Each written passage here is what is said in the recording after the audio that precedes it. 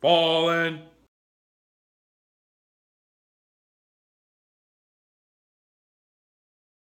Let me tell you what happened just last week.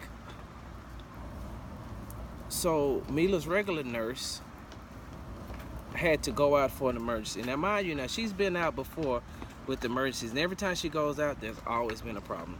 One time, I almost shot the guy for being at my back patio, trying to get in, trying to find out where we live, and I almost said, "Hey, bro, you at the wrong spot." Another time she went out, nobody showed up. So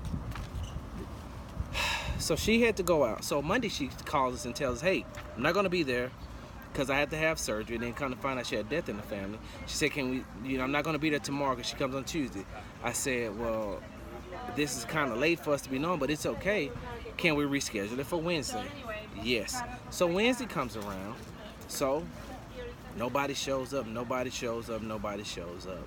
I sent her a message telling her nobody showed up. So then I called the 24-hour hotline and actually spoke to the supervisor. The supervisor tells me, "No, the nurse came out. He came out. He said he rang the doorbell twice. He rang the doorbell twice. He called, and nobody picked up. Right? He rang the doorbell twice. He called twice. Nobody picked up." I said, "Well, in this day and age of technology that we have, everybody's provided with a smartphone. Why didn't he text me? Why didn't he leave a voicemail? Why didn't he just go on social media? You could have left me something there too, right?" And she's like, "Well, I don't know. Let me find out." I said, "But before you do, ask him around what time he said he came." So he came back with the time frame, and it was really crazy because I was standing in front of my house with, it was myself, two other parents, my son, and another football player in front of the house. So when did you walk up, sir? So now you're not only lying to me, you're lying to your supervisor. And then in turn, make a long story short, your supervisor lied to us. Because your supervisor said she was going to get back with me. She never did. Or what about the time one of the nurses showed up, tagged themselves in our neighborhood on social media just to say he came by and he really didn't? Yeah, that's the real thing. Came in, went on social media, tagged himself in our neighborhood in a post, and then just left. Right? See, the problem is hospice care companies, they become like landscapers. It used to be a time where it cost almost $80 to $100 to get your yard cut front and back and get it edged up. It used to be that way. It used to cost about that much. But now you can get your front yard and your backyard edged up, cut and edged up for like $15. Yeah, $15. Front, back, edged up, $15. Wow. Now, what do you think happens? That landscape company gets all these people in the neighborhood to sign up with him, and he goes and he cuts these yards. Bam, bam, bam, bam, bam. Quickly, get them out of the way. Well, don't you think that some of the services lacks? Then you start lacking in your service. Then your customers, start complaining because they're not getting the customer service like they used to get. Which is the same way with hospice care companies. Mila's nurse right now alone has over 30 patients. 30 patients that she deals with on a consistent basis. She does the paperwork for them as well. Don't you think she's kind of like burned out? And they're steady taking on new patients. Mind you, the company hires the bare minimum amount of nurses that they feel that can, get the job done. But who suffers? The people that's dying. That's who suffers. They have all these patients, and God forbid that there is a death or any type of emergency. Now that throws out the whole schedule out of whack. So Mila could be scheduled to be seen on Tuesday, but there's no guarantee that she will be seen on Tuesday. And you can always fall back on the fact that it's hospice. You never know what could happen.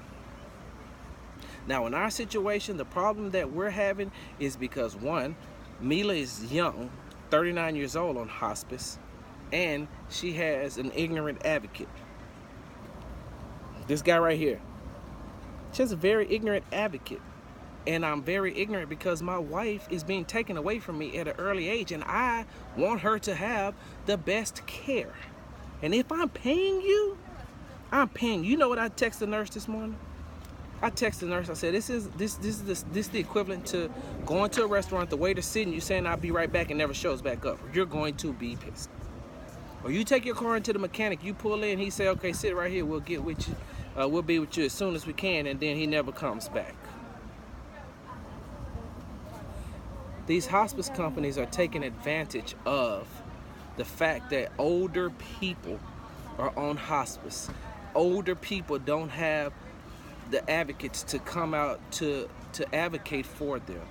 They don't have anybody there to support them. Au contraire, mon frère, Big Boy's about to get that done. I don't care if I got to go all the way to Congress. I've said this on the last video. I don't care if I got to go to Congress. I will go. I will go to Congress, and I will tell them, maybe you need to put a cap on the amount of patients that these hospice care facilities can have. Maybe if you cap them out, maybe the quality of service will become better. Because sometimes I don't think that a lot of these older people are dying because of the diseases. They're dying because of lack of care. And if you don't have a family member there, they come in and do whatever they want, whenever they want, however they want. And that's why they get mad at me, because I'll be like, hey, this ain't right. And I'm going to tell you about it. Unless you give me the service for free, I'm paying for it, and I am the customer. Now, I'm not under the belief that the customer is always right, but if I'm paying for something, then I want my questions answered. Period, point blank. So this video is long. I got it. But I want you all to know, hey, I'm here. Let's talk about it, y'all. Let's get something going. If you're having issues and the problems with hospice care, let's get together. Let's do something. I'm ready for it. I'm ready, y'all. I'm about to spring into action. We're about to help your loved one get the best effective care that they can. Views from a vet. Truth to be told from a sports dummy screaming on the inside. I'm out. I brought that back, y'all. Hold on one more time. Y'all like that, huh? I'm out. Platoon, up to your joke. Fall out.